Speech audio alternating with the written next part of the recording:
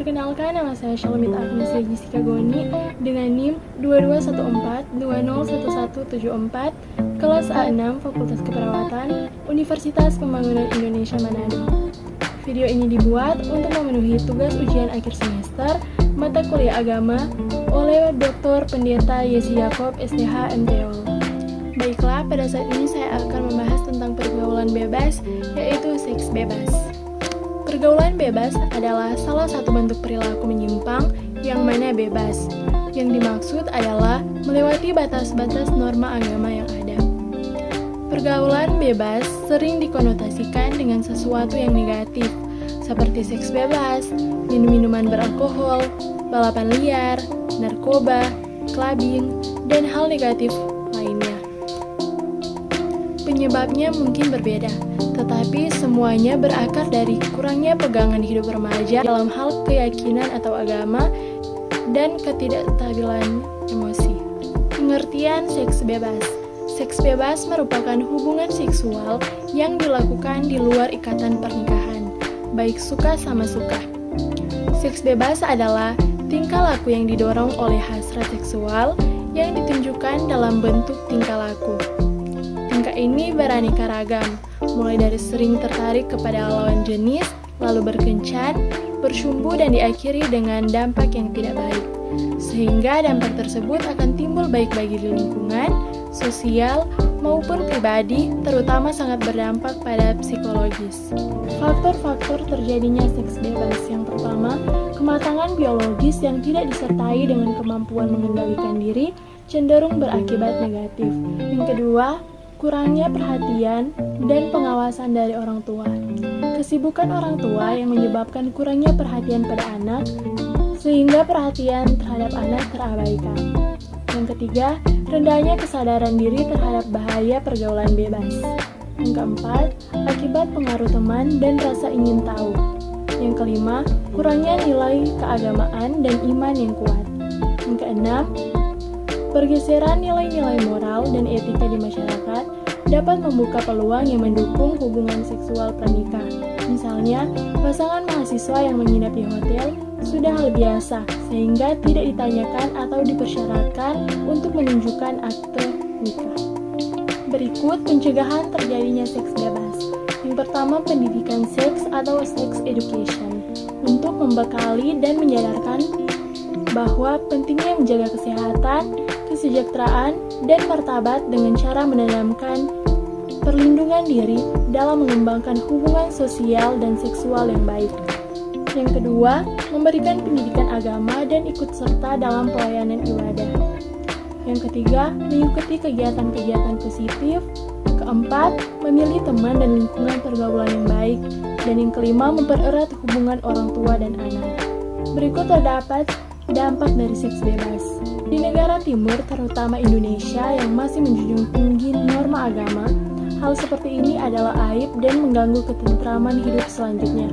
Untuk itu, sebelum terlanjur, ada baiknya para remaja dan kaum muda bisa mengenal bahaya akibat hubungan pranikah.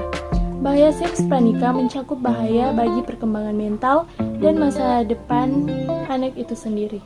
Berikut dampak dari seks bebas.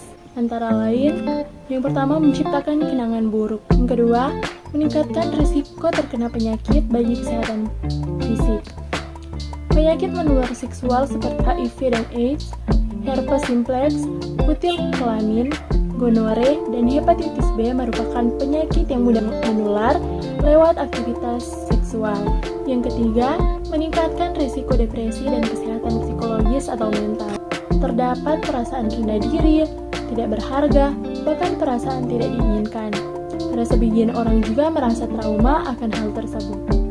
Berikut pandangan Alkitab tentang seks bebas. Dalam 1 Korintus 6 ayat 19, atau tidak tahukah kamu bahwa tubuhmu adalah bait Roh Kudus yang diam di dalam kamu, Roh Kudus yang kamu peroleh dari Allah, dan bahwa kamu bukan milik kamu sendiri. Ayat ini mengingatkan kita untuk menjaga tubuh kita sebagai bait Roh Kudus.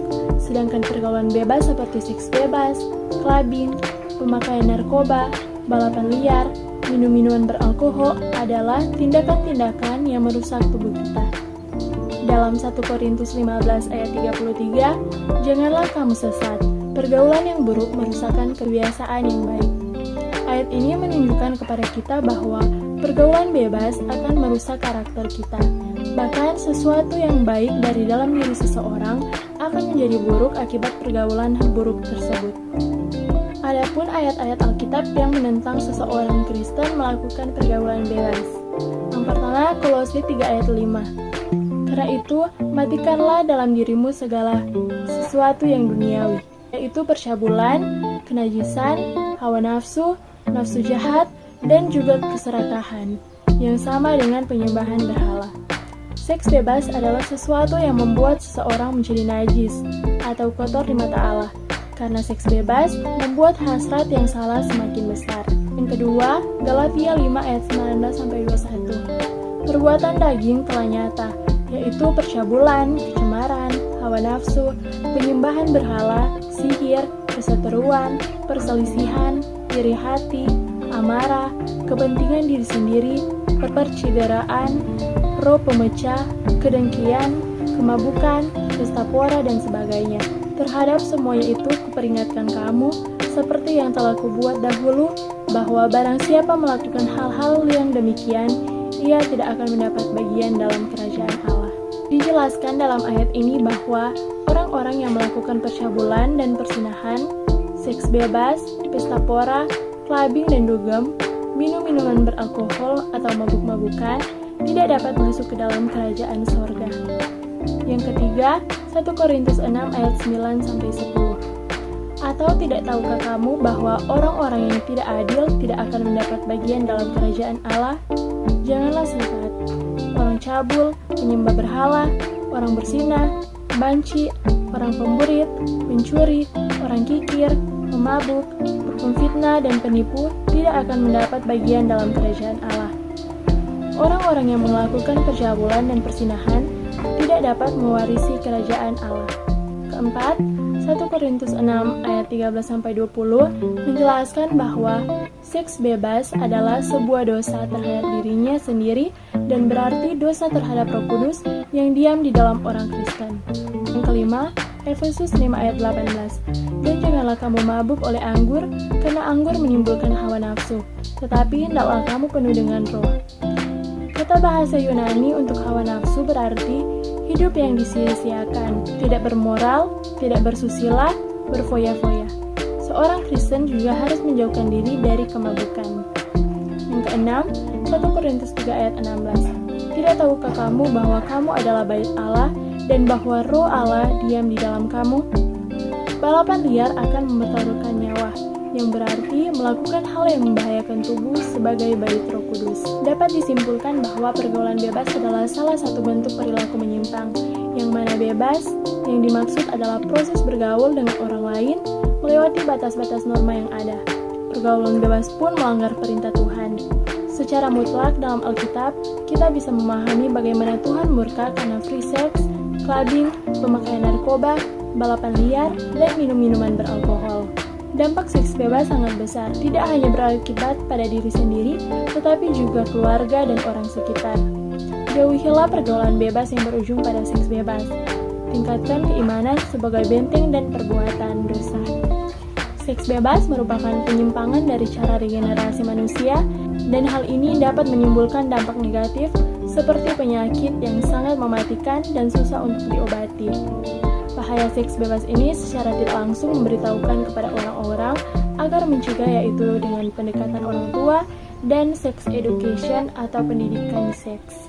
Dari beberapa ayat Alkitab disimpulkan bahwa pergaulan bebas adalah sesuatu yang dilarang oleh Tuhan. Kita harus menjaga diri dan tubuh sebagai bait Roh Kudus. Demikianlah yang bisa saya bahas tentang pergaulan bebas, yaitu seks bebas. Kiranya dapat dimengerti dan jika ada salah kata kiranya dapat dimaklumi. Sebelum video ini diakhiri, saya mengajak kepada teman-teman sekalian yang ingin melanjutkan pendidikan di perguruan tinggi untuk kiranya dapat bergabung bersama dengan kami di Universitas Pembangunan Indonesia Manado. Universitas Pembangunan Indonesia Manado sudah terakreditasi baik dan terdapat 6 fakultas. Terima kasih, Shalom.